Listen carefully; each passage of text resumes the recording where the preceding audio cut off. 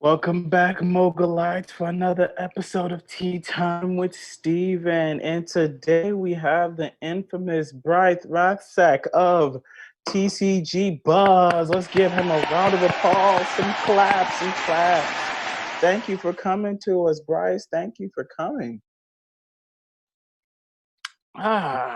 Good. So, how are you, though? How are you? And then, how is things over at TCG Buzz? Well, even though we are a little dormant right now because of the whole can't get to the studio thing, we've been brewing up some decks and trying to get, caught up with everything before we go back to our normal daily lives. I know whenever that is. So, this we're here to talk about, buddy tubing. As I've just decided that's what we're gonna call it. Budding tubing in general. And I think the community and we all know that TCG Buzz is one of the few, if not like what, only five of us, mobile gaming we kind of new, but buddy tubing ex- uh content for Buddyfighters to look on YouTube for content. So how does it feel to be like one of the few of the chosen? It's kind of an interesting spot. I didn't think we would really kind of get into such a position, but I mean, for a while, it was a lot of fun making content for it. And it was like, well, here's these decks we enjoy. And it was fun to cover that. And then when I got in, I'm like, what's the meta kind of looking like? And even though I myself am not a grained veteran like Khalil is, and I respect him a lot, and don't worry, Khalil, we'll get to you when we open up. But but I mean, like, it's fun seeing everybody at the regionals, and it's a nice community. Oh, well, that's good. That's good. So, and you have but TCG Buzz does a lot of content. What's the decision process that goes in terms of what content do you post or what do you want to go out there create? Is it every idea you have under the sun, or is it like a filtration system? How do you decide what to actually put on the tube? Honestly, it mostly boils down to just having fun with it, and honestly, what are people gonna watch? Like, we try to at least get like one or two buddy fight videos out there because of our position, but at the same time, we like to get some Dragon Ball Super videos as well because we enjoy the game, and I honestly think that the game should thrive more than what it's doing. But unfortunately, some decisions down at Bandai kind of holds the game back. That makes perfect sense. So, in addition to that, when you think of your buddy fight content, you were talking about earlier about the meta. Excuse me. Weird. Destroy that. Delete that in post. That never happened. But what do you think your content is more geared towards? Is it geared towards the competitive player or the casual player? It's definitely more on the casual side right now, just because that's honestly, once again, more fun. Because we could beat the dead horse over and over and over and over again, but then it just boils down to time dragons are going to be a part of literally every single video, and then we're going to have the entire community come down with pitchforks and torches telling us how the game's not fun, or I rather watch X video rather than watching this nemesis ruin my game, and yada yada. And so we try to stay away from that. I agree, which brings us to a good question. We first got acquainted when Mogo Gaming did its response to TCG Buzz's discussion of our Time Dragons Broken.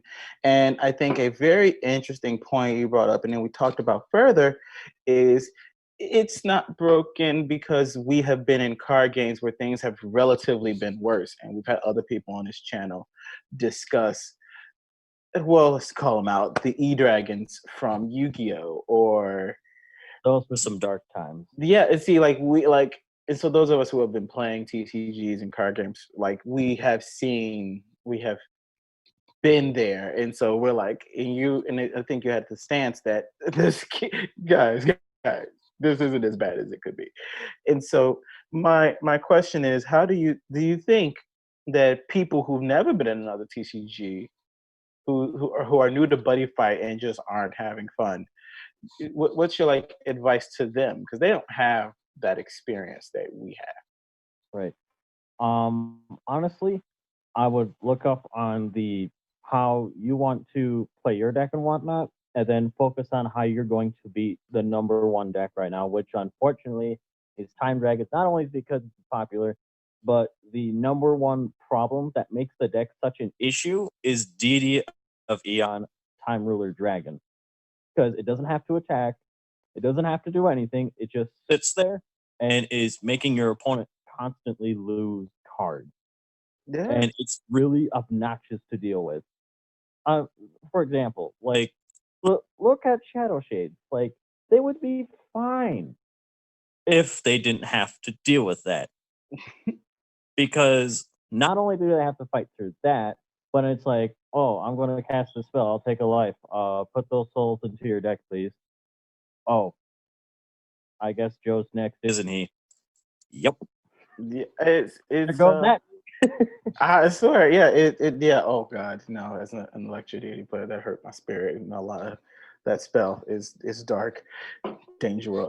But so I guess there's a question. Yeah, I agree. You gotta get in where you fit in when it comes to the meta. But as a YouTuber or a person who makes YouTube content, there is this discerning theory of don't read the comments. But how do you feel when not only do you get negative press, but people kind of hang on your word and comments as gospel? Like it's not an opinion, it's now you are spouting fact. And if you are not, if the results are not that, then you have led the community astray. Like, is there an underlying pressure to say the right thing at the right time to the right people? Well, there is that, and I admit I am very horrible when it comes to trying to cushion the blow. I'm extremely blunt Hmm. when it comes to things, unlike the rest of my crew, which God bless them. But at, at the same time, it's kind of like a lot of people can't really decipher what they want to interpret as truth or not. So I can see why a lot of people go like, well, he says this is a fact and blah blah blah blah. He's wrong, and it's like, well, at the time when we made that video, we didn't really get to play test Time Dragons all too much, and I was playing with a butchered version of the deck. And so at the time, it was kind of like, yeah, this deck isn't really that as they're saying it is. But then once you pick up more of the cards, and with the new support, you're like, yeah, now I can see where they're coming from, and I kind Yeah. of feel bad. But after after a while playing it too, it's like it still holds some truth, but at the same time, it's not that entire way anymore. Oh, I think we should like get used to normalizing the right to change your opinion once new information has been provided.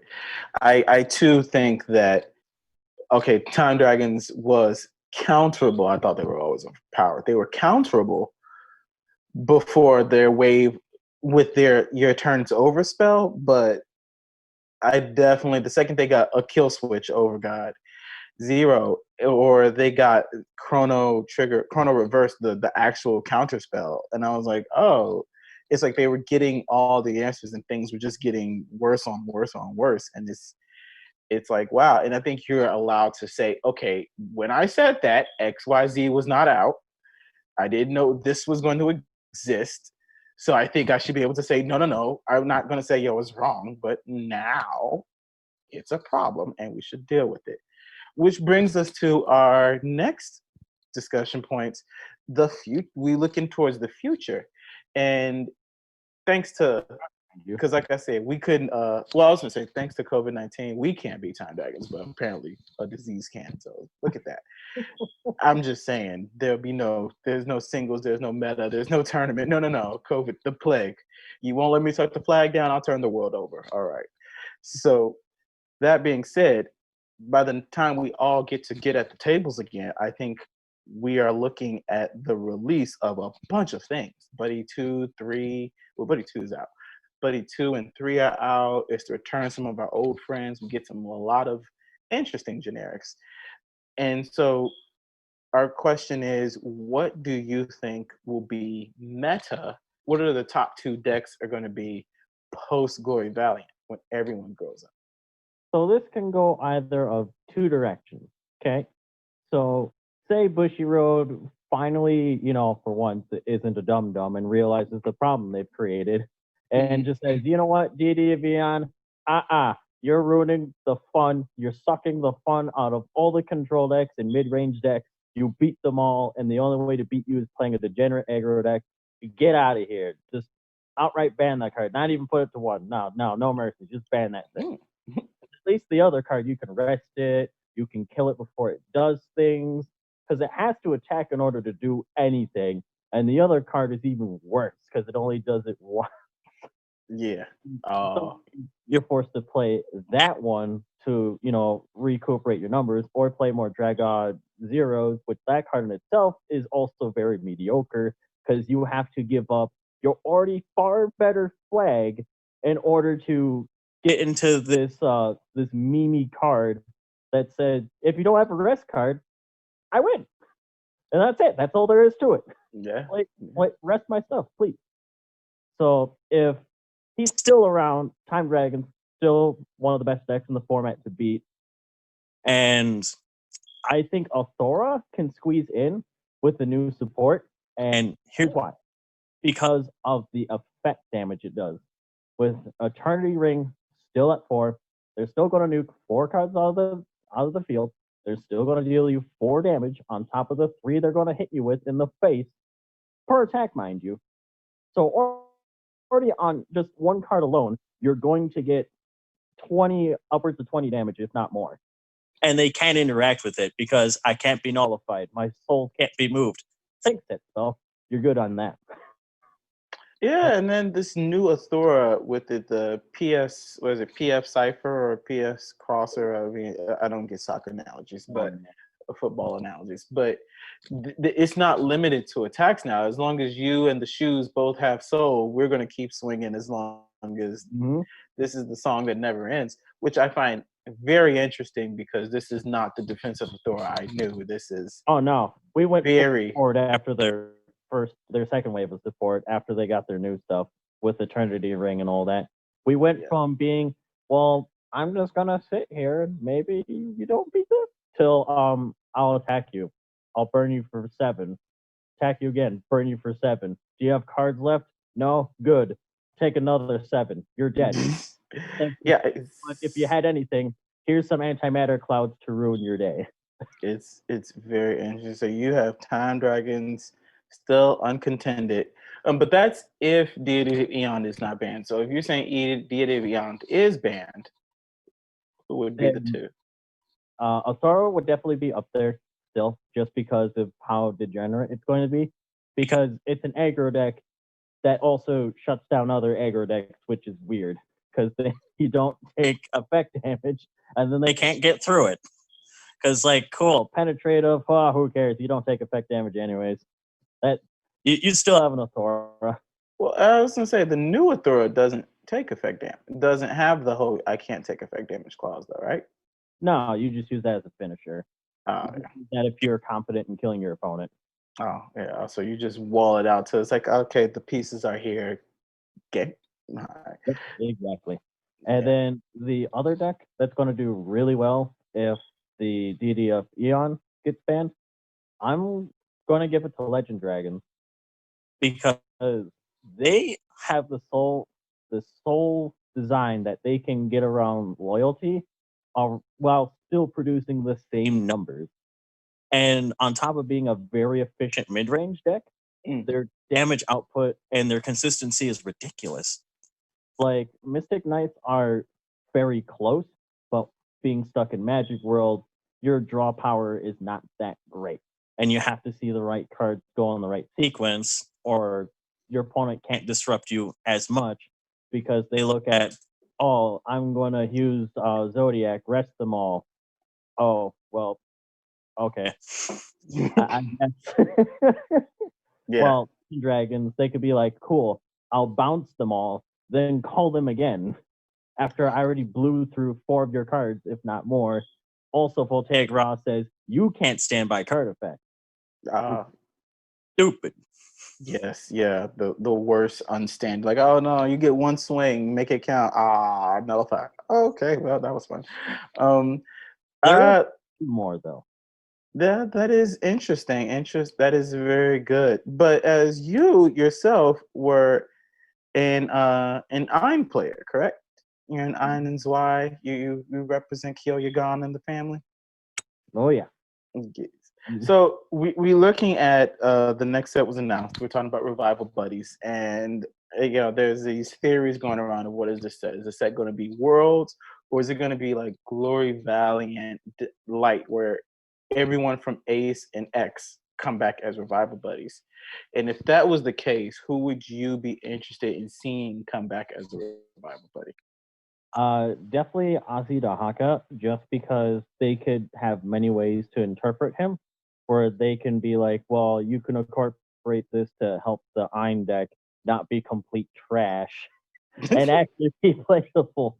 Because every time they give, the Ozzy Dahaka Daeva support, he's great. And unfortunately, the meta doesn't allow him to fully shine to what he needs to be, especially when Bushiroad nerfed the new guy. Look at you, Bushy. Why did you nerf him to where he's unplayable? Why? But that's only Deity Evian, though. That's the only reason. But aside from that, Ein is not what you would think. Like, oh, I got swords and bah. Has become the household of literally the most degenerate, unfun, uninteractive deck of all time. Which is what? Demon Ein. Oh, Belial. Yep. Yeah. I think we all know it now, so it's kind of safe to have it come out of the woodwork. And because it's like, oh, cool, I'll attack you with 666 on the first turn. God Clock 2. That's cool. Final phase. Wait, what are you doing? Pay 3 gauge. Burn you for 668. I thought you had to attack twice for that. No, Giga Howling Crusher. Oh. Yeah, because the joke is you do that game 1, and then you side up to the more degenerate stuff Game 2, depending on if they force you to go first or not. Yeah, wow. Look at I Time Dragon player sent me hate mail over it. Not saying it was undeserved, though. I don't think it was. No, it was 100% deserved, although a lot of the things you can't say on YouTube. I don't know. I don't know if I'm with trolls on that one. I'm like, I remember I lost that in that was my one tier jerk in regionals. I went against him with the Belial, and he won game 1 because I spent like 5 turns just trying to dodge the 666, and I just eventually it hit me. And then game 2, I went first, and I was like, no, pull all these cards. There's the Garga Gate, put it, drop it. I was playing detectives. And game 3 was like, well, I'm going first. And I was like, okay, 6 cards. Do I have a shield? And then we looked. The shield was the 7th card. And I said, of course. I was like, of course. So I was like, it was really 6 cards in my hand. And I said, I just wonder, and it was like the shield that would have just nulled the attack and I wouldn't have died. I was like, love it. But yes, this was amazing. So for those out there, so last question before we start asking about all your information. For those out there who want to make Buddyfight content or who want to join this probably underserved community of buddy tubers, what advice would you recommend them, those people trying to start out? First of all, choose a demographic that you want to appeal to. And second of all, have fun doing it. Because if it's not fun creating the content that you're trying to project or achieve, then it's going to become a chore. And then you're eventually down the road just not going to want to do it anymore. I mean, look at 2 best friends play. They eventually stopped after 9 or 10 years of creating content because, once again, it just wasn't fun anymore and it became a chore. Thank you. That was very good and concise. We love precision. So thank you. Let's give you a clap though, Bryce. You came in and you helped us out. I love the information, and we hope you mogul lights come now. Bryce, what information or what media do you have? Because we all know we're all going to put TCG Buzz in the description below. But are there any other medias you want to share with the people that we can follow you and your good works? Speaking of following, we do have a Instagram and Twitter set up. So if you want to go ahead and check us out on those platforms, that would be awesome. And we also have a Patreon that we would love to take donations. We kind of Uh, keep the lights on. Money is money. Well, we definitely will put all of the Twitter, the Instagram, the Patreon, all in the description box. Be looking out. Anything else? Go get that. TCG Buzz is the enterprise. I love it. I love it. I support small businesses. Get you your stimulus check. Go get your PPEs out here. I respect the game. But that anything. So, like I said, any other media you want to share? I mean, Instagram, Twitter, YouTube, a Facebook group, a like page, a LinkedIn, maybe. I don't Yeah, we do have a Facebook page as well. I just found it. It's I've been there in a little hot minute because of said Corona, but I try my best to keep going. Uh, that's amazing. We, like I said, all that description, all of that information will be put in the description box below. And thank you once again, Bryce, for coming on. Like I said, one more claps. And for all you mogulites out there, thank you for joining us for another episode of Tea Time with Steven. Clink. And since it's YouTube, always like, comment, and subscribe.